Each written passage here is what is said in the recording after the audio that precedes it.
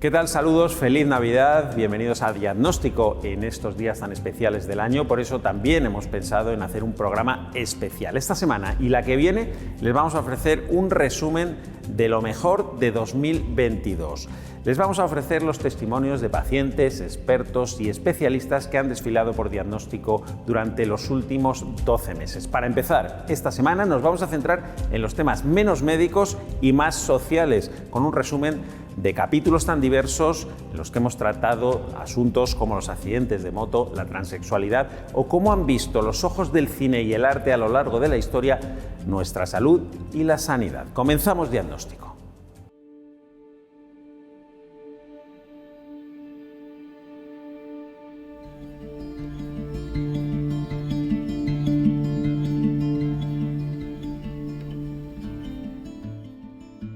El arte beneficia a la salud, es indudable, lo asegura la OMS, que recomienda incluirlo en los sistemas sanitarios. Pero la relación entre el arte y la salud va mucho más allá. Desde los egipcios, quizás incluso antes, los artistas han representado a los pacientes a través de enfermedades, plagas, mutilaciones y heridas, y también se han fijado en los sanitarios de cada época, desde curanderos a cirujanos. Fernando Pérez Suescun es jefe de contenidos didácticos del Museo del Prado.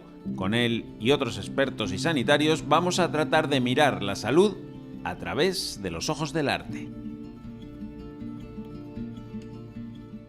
Fernando, a lo largo de la historia del arte, ¿qué lugar ocupa la sanidad, entendido como sanidad, pues la salud, las enfermedades, los profesionales que se dedican a la salud? ¿Qué lugar ocupa en la historia del arte? Yo creo que un lugar importante. Desde el punto de vista artístico, nunca lo hemos estudiado como un género específico, igual que si hablamos de bodegones, de pintura de historia, de retratos, pero la historia nos dice que, evidentemente, la medicina, las enfermedades, la sanidad, la atención a los enfermos ha sido importante en las diferentes sociedades y el arte lo ha reflejado, ¿no? El arte es reflejo de la sociedad en la que se desarrolla. Por eso tenemos muchísimos ejemplos a lo largo de la historia de temas relacionados con eso, con sanidad, con medicina. Hay personajes históricos de los que se puede hacer el ejercicio inverso, ¿no?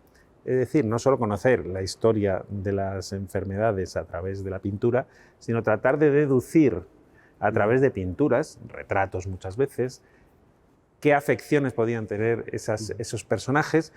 Un ejercicio muy fácil de hacer es pasear por las salas del Prado y ver los retratos que pinta Velázquez de los Habsburgo. Todos los Austrias son iguales, tienen el mismo tipo de labio, tienen un prognatismo muy marcado que viene desde Carlos V.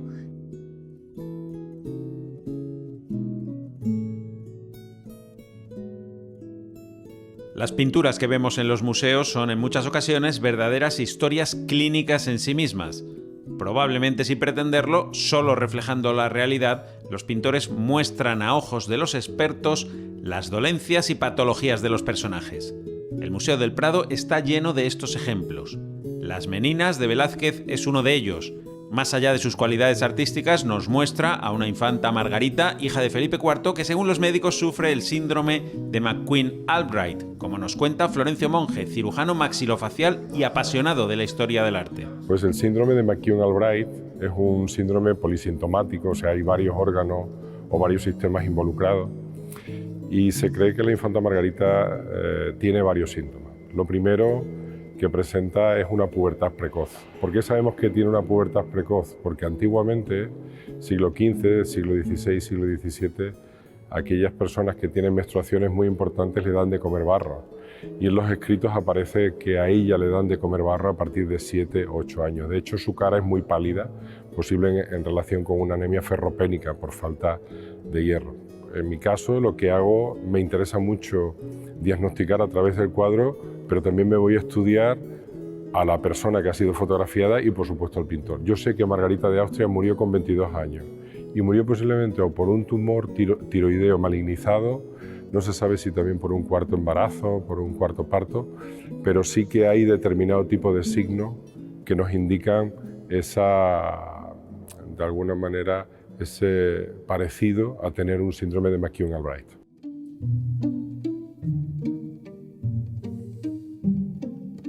No solo la pintura y la escultura, también el cine y la televisión han puesto sus ojos en el mundo sanitario. Por eso, otro de los capítulos de Diagnóstico estuvo dedicado a la pequeña y a la gran pantalla, a ver cómo la salud y las enfermedades han sido siempre alimentos de conflicto y por tanto de historias que contar. Hay infinidad de películas y series dedicadas a médicos, a enfermeros, a enfermedades, a plagas y en general a todo lo relacionado con la salud de las personas.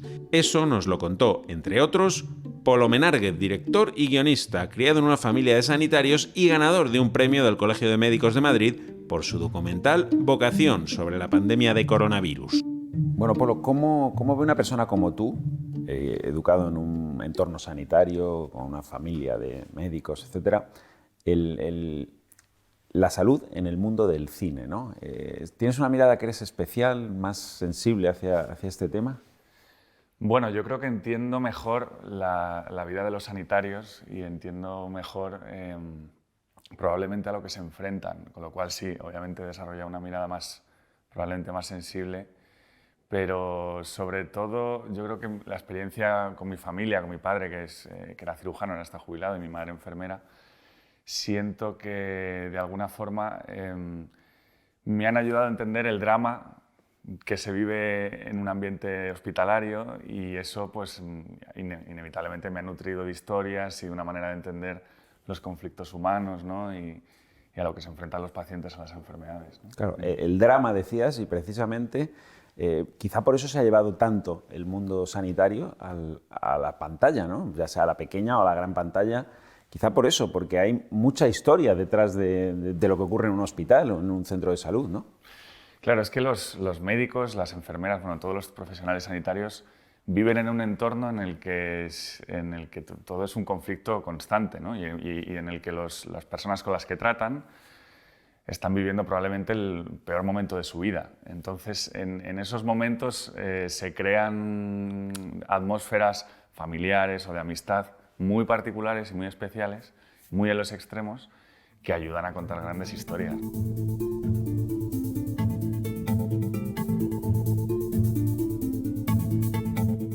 Ramón Luque es profesor universitario y director de cine, un gran especialista y estudioso del séptimo arte que nos ayuda a ver cómo las cámaras han ido captando el mundo de la salud a lo largo de los años. Lo primero que cabe preguntarse es por qué ha despertado tanto interés. Principalmente porque la enfermedad es un fantástico recurso dramático. Es decir, en el cine se cuentan historias y en las historias tiene que haber conflicto. Uno de los grandes conflictos de cualquier narrativa es la enfermedad. Alguien quiere hacer algo y algo se lo impide. Alguien quiere vivir y aparece la enfermedad. Y posiblemente aparece la muerte.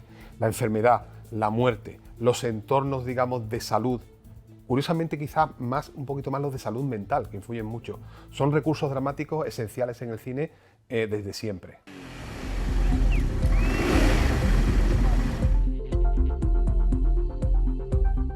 En Diagnóstico también pusimos el foco este año en los accidentes de tráfico, concretamente en los de moto. Y es que en España hay unos 3,5 millones de vehículos de dos ruedas asegurados. El número ha aumentado el 38% desde 2009 y también los accidentes. De hecho, la DGT ha puesto encima de la mesa un dato tremendo. El riesgo de un motorista de fallecer en un accidente es 17 veces superior al del conductor de un coche. Y es que la carrocería de la moto es el propio motorista. Eso lo sabe muy bien por experiencia propia Cristina Cifuentes, expresidenta de la Comunidad de Madrid, que el 20 de agosto de 2013 estuvo a punto de fallecer en un accidente de moto en Madrid, en pleno Paseo de la Castellana, junto al Estadio Santiago Bernabéu. Cristina, ¿a ti de dónde te viene la afición a las motos? ¿O simplemente ibas en moto aquel día pues, porque la usabas como algo práctico para moverte por Madrid? A mí me han encantado las motos siempre. Desde que era pequeña, mi hermano tenía una moto y yo miraba con una cara de envidia de quiero una moto. Y en cuanto pude, me compré la moto. De hecho, yo soy, porque los moteros lo somos, aunque no montemos en moto hasta que nos morimos. Y a mí las motos me encantan. De hecho, cuando yo tuve el accidente era delegada del gobierno, pero yo no iba en el coche oficial, yo iba en la moto porque en la medida de lo posible me intentaba desplazar en moto. ¿Y cómo fue exactamente el accidente? Yo creo que la mayoría de los espectadores lo saben, pero recuérdanoslo, por favor. Pues el accidente es que yo iba por el Paseo de la Castellana, por el carril Busbao, que nunca me metía por el carril Busbao, pero ese día me metí en el carril Busbao y a la altura de la calle Profesor Guasman, justo un poquito antes de llegar al Bernabéu, un coche que giró desde el Paso de la Castellana hacia la derecha, pues no me vio, obviamente, y me arrolló. Y entonces el problema fue, lo grave del accidente es que yo salí disparada por el aire y me choqué contra las vallas del Paso de la Castellana. Eso fue lo que a mí me provocó las lesiones mayores. Yo pienso que si simplemente me hubiera caído, me hubiera hecho daño, pero no hubiera tenido las lesiones tan graves que tuve. Pues me fui contra las vallas. Claro, ¿y perdiste la conciencia o estuviste en todo momento consciente de lo que te pasaba? No, estuve consciente durante el accidente y hasta que llegó el SAMUR, que afortunadamente llegó muy rápido. Luego hubo un momento en el que yo ya cada vez, o sea, fui perdiendo la conciencia, pero de manera muy lenta. Hasta que luego me lo contaron las personas del SAMUR, mis salvadores, los primeros, que me atendieron. A mitad del Paso de la Castellana, ellos se enfilaron hacia el Hospital de la Paz, que estaba relativamente cerca, tuvieron que parar porque yo me estaba muriendo. Estaba teniendo una hemorragia interna brutal, se me había roto una arteria, entonces, y tenía un pulmón encharcado completamente, y entonces me sedaron y me metieron un tubo torácico de urgencia pues para reanimarme, porque si no, no hubiera llegado al hospital. Visitamos este centro de rehabilitación de la Mutua La Fraternidad. Aquí tratan a diario con motoristas que han sufrido un accidente con secuelas de las que intentan recuperarse. Adolfo lleva viniendo a rehabilitación desde hace más de un año. Sufrió un accidente en la M30 a 90 km por hora. He pasado por estar 2 meses en una cama, otros 2 meses en una silla de ruedas, que es terrible, y pasar de ser una persona normal, tener una vida normal, a estar totalmente dependiente. No poder ir ni siquiera al aseo, ni siquiera puedes ducharte. Era su primer accidente después de 40 años montando en moto y probablemente será el último. Tiene casi decidido no volver a subirse a una moto.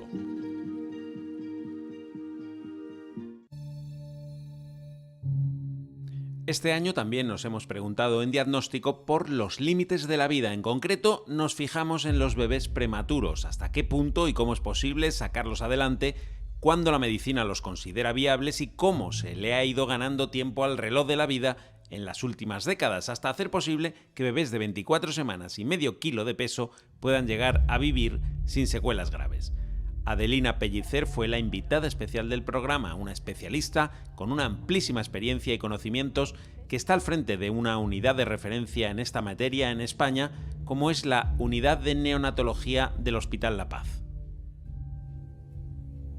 ¿Cuándo podemos hablar de que un niño ha nacido de forma prematura y si todos los prematuros son iguales? Está perfectamente definido. O sea, el nacimiento prematuro es aquel que se produce antes de la semana 37 de gestación completa. Es decir, todo lo que sea por debajo de 36 más 6, incluido el 36 más 6, es considerado un nacimiento pretérmino y, por lo tanto, el producto de esa gestación, un recién nacido prematuro o pretérmino. Luego de ahí hay que hablar de categorías de pretérmino.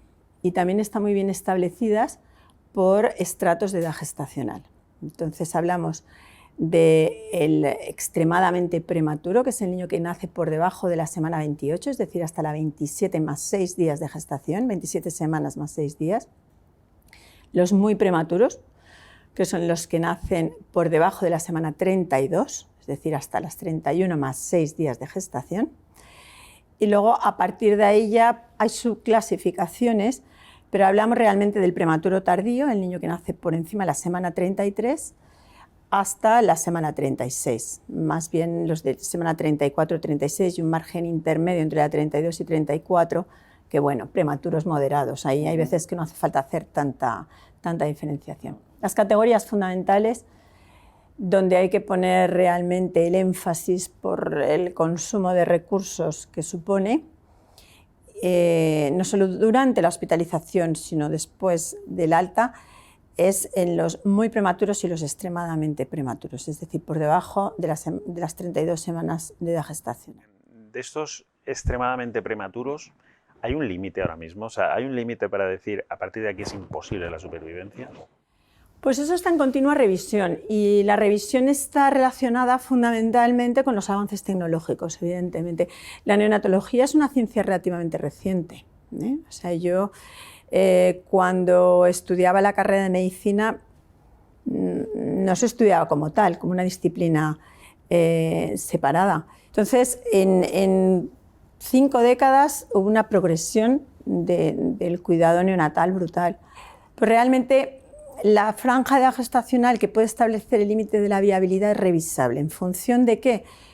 Pues de todo el cuidado perinatal, cómo va avanzando. Y digo perinatal porque no es solo el neonatal. Aquí es importantísima la contribución obstétrica, ¿no? Hablamos de equipos de perinatología, obstetras dedicados a medicina materno-fetal y nosotros, los neonatólogos. Y luego depende enormemente del contexto. El contexto quiere decir el lugar. Y el lugar quiere decir no solo el sitio físico, el hospital, sino también un poco la política que hay a nivel de las sociedades científicas nacionales. O sea, hoy en día se está tirando a considerar viable un feto que nace por debajo, o sea, una madre que tiene un nacimiento por debajo de la semana 24, y este es el límite de la viabilidad establecida entre nuestra sociedad, la Sociedad Española de Neonatología, pero es evidente que por debajo de ahí hablamos ya no de semanas, sino de días, es decir, niños gestantes de 23 semanas no es lo mismo 23 más 1 que 23 más 5, pero ya hay series en la literatura en puntos diferentes de la geografía mundial, obviamente del primer mundo, que tienen resultados, bueno, bastante aceptables en gestaciones por encima de la semana 22. Este bebé tiene 3 días de vida, nació con 27 semanas de gestación y 1 kilo de peso, y fue directo a una incubadora. Este que ven es un momento histórico para él y su familia, la primera vez que su madre le coge en brazos. Pues increíble, la verdad. Tenía muchísimas ganas, sí. Me lo han dicho esta mañana además que podía cogerlo y llevo todo el día esperando este momento. Según me lo han colocado con tantos cables y se ha puesto a llorar, ha sido un momento un poco así, pero ahora que se ha quedado tranquilito, la verdad que muy bien, muy tranquila. A ver, pues preocupada porque al final es muy chiquitito y bueno, pues tenemos ahí todavía mucho tiempo por delante y muchos pasos que hay que dar. Pero bueno, también estoy contenta.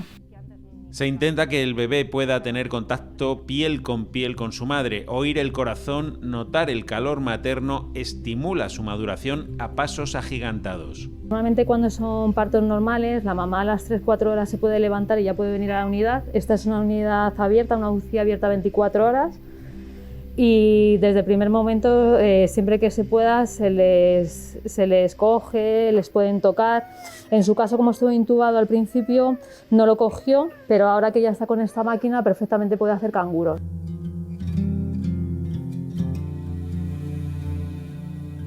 Buscando estar siempre encima de la actualidad, en Diagnóstico dedicamos un capítulo a uno de los temas más polémicos de los últimos meses, la transexualidad. Y lo hicimos acercándonos a especialistas y a la realidad que viven personas trans como Ethan, que fue nuestro invitado especial. Quisimos conocer qué piensan, cómo se sienten, cómo se afronta un cambio de sexo desde el punto de vista quirúrgico, social y sentimental. Ethan, muchas gracias por esta entrevista y lo primero que quería preguntarte precisamente es eso, ¿no? ¿Por qué te decides a contar tu caso, no solo en esta entrevista, en otras, públicamente, una cuestión íntima y personal, cuando a lo mejor podías haber optado por otra actitud? ¿Por qué? Pues lo primero, gracias por la oportunidad de darme voz y dar voz un poco al colectivo.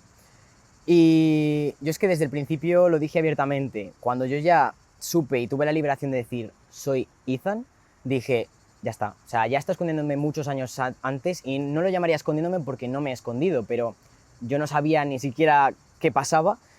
Cuando ya lo supe dije ya está, que lo sepa todo el mundo, me da igual, lo que haga falta. Y lo dije abiertamente, yo vivo en un pueblo, lo dije abiertamente y yo en mi caso, no en todos, evidentemente yo es lo mío, mi caso particular, no he tenido ningún problema. Y a raíz de ahí también me daba un poco igual la opinión de la gente, dije ya está, yo quiero ser feliz, quiero vivir mi vida, no quiero vivir en alguien que no soy y menos engañarme a mí y a los demás. Claro. Y no me importó. Pero evidentemente tú no naciste como Ethan, supongo que te creciste como una niña, pero en algún momento dado tú dices, bueno, yo estoy en un cuerpo que no me corresponde, ¿no? Sí, ¿Cuándo fue eso? Fue un poco raro porque yo inconscientemente, pues un niño pues hace lo que siente y no le da vueltas a nada, no tenemos conciencia de nada en ese sentido y actuaba como tal, aunque me llamasen de otra forma, aunque me tratasen de otra forma, yo era feliz y actuaba, jugaba con niños y ya está. Y cuando me empecé a desarrollar es cuando tuve ya ese problema de decir, no sé qué está pasando, pero no me estoy sintiendo nada a gusto. Además es que yo sufrí un poco de bullying en el sentido de que como no hacía lo mismo que hacía en el grupo de niñas de mi escuela, del pueblo ni de nada, era como un poco el apartado, el rarito, que a mí nunca me importó, pero claro, empezó a afectarme en el sentido de que al verme yo desarrollar no era lo que yo sentía, lo que yo me hacía sentir muy mal. Y a partir de ahí empecé a buscar, a mirar y poco a poco darme cuenta un poco de la situación, porque al no haber tenido una educación, que es lo que necesito que sea primordial yo y todo el mundo, que se eduque desde pequeños, porque ya no solo para los que nos podemos sentir así, sino para la gente que está con nosotros, a nuestro alrededor, que sepan un poco cómo tratar un tema de forma natural, como lo es este, y que hay mucha gente que lo pasa y no pasa nada, es que no es nada extraño. Pero al no tener nada cerca, ninguna persona que lo viviese, nadie que supiera del tema, a mí se me hizo un mundo, hasta que poco a poco descubrí gracias a internet, gracias a YouTube, pues qué era y qué pasaba. Hasta el año 1990 la transexualidad estaba considerada como una patología, un trastorno mental. Hoy día ni tiene esa consideración, ni siquiera se llama pacientes a las personas trans. En estos momentos lo que se ha visto es que en realidad la transexualidad no conlleva psicopatología en sí, o sea, síntomas clínicos, psiquiátricos o psicológicos. Según algunos expertos, no se puede hablar de una edad concreta a la que una persona empiece a darse cuenta de que su identidad no guarda relación con la que se le asigna por sus genitales. La cuestión es cuándo lo verbalizan. Pueden empezar desde que empiezan a hablar los chavales y entonces empiezan a contarnos que estamos equivocados, que a ellos no les gusta que les tratemos de esa manera, que a ellos no les gusta que les vistamos de esa manera, que a ellos no les gusta estar en este grupo, que les gusta estar en el otro. O sea, desde que empiezan a hablar nos lo pueden ir contando. ¿Desde cuándo se crea? Pues a lo mejor de antes, pero como no hablan no nos lo pueden contar. Entonces, a partir de los 2 años, nosotros tenemos chavales en consulta y familias. El entorno, cómo acepte la familia, sus seres queridos, que su hijo o hija es trans, marca la diferencia.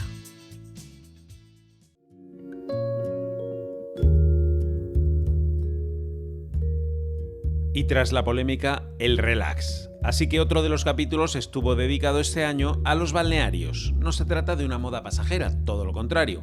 Hace 2000 años, los romanos eran conocedores ya de los beneficios de las aguas termales para cultivar el bienestar físico y el cuidado personal. Hoy día en España tenemos más de un centenar de estos establecimientos que ofrecen tratamientos fundamentalmente con aguas mineromedicinales o fangos con propiedades curativas. Diagnóstico viajó hasta el de Ledesma, en Salamanca, cuyos vestigios se remontan 2 milenios atrás, y allí hablamos, entre otros, con Ángel Antonio Lois, su director. Ángel, ¿a qué se viene a un balneario como este? Pues sobre todo, Benjamín, a curarse. Aquí el cliente lo normal es que venga a tratarse alguna de las patologías habituales que tocamos aquí, como son temas de dermatitis, temas de respiratorios y además el más importante, que es el de las articulaciones, porque todos al fin y al cabo a lo largo de nuestra vida pues siempre tenemos algún problema articular. Pero sobre todo la gente viene a curarse. Ya después se puede hacer cualquier tipo de actividad, de ocio y demás, pero sobre todo a curarse. Claro, porque quizás convendría dejar clara la diferencia entre un spa y un balneario, que no es lo mismo, aunque mucha gente puede tener en su cabeza algo parecido, ¿no? Pero no es eso, ¿no? No. El spa es simplemente agua del grifo, así de claro. Se trata con aromas, con algunas especias y demás para poder darle al agua algo diferente, pero en el tema más de aromas que otra cosa. El agua de un balneario es un agua que es mineromedicinal, con lo cual es un agua que procede de la tierra y que emana con todas las características de sus sales minerales que aportan a ese agua las características especiales que tienen en cada uno de los balnearios. Ningún agua es igual, que eso es lo bueno. Cada uno tiene que ver si su patología es adecuada a tratarse en un balneario o en otro en función de las características del sondeo. El paciente que llega al balneario hace un circuito de aguas termales beneficiosas por sus propiedades para muchas patologías. La gente viene aquí a mejorar de los dolores de tipo artrósico sobre todo y tratar otras patologías osteomusculares también, ya digo, fibromialgia, fatiga crónica, artritis reumatoidea, artritis psoriásica, problemas de piel, psoriasis, dermatitis seborreica y algunos problemas respiratorios, alergias, EPOC y algunas veces asmas bronquiales también. En concreto, para tratar esas patologías respiratorias se emplean máquinas de inhalación. Esta sala es inhalaciones y aerosoles. Aquí se dan 3 tipos de tratamientos: el aerosol, inhalación nasal e inhalación bucal. El cliente, la duración, dependiendo de la patología que tenga, como viene de consulta del médico, puede tener un tratamiento, 2 tratamientos o 3 tratamientos. Cada tratamiento suelen ser 10 minutos. 10 minutos de aerosol, 10 minutos de inhalación nasal y 10 minutos de inhalación bucal.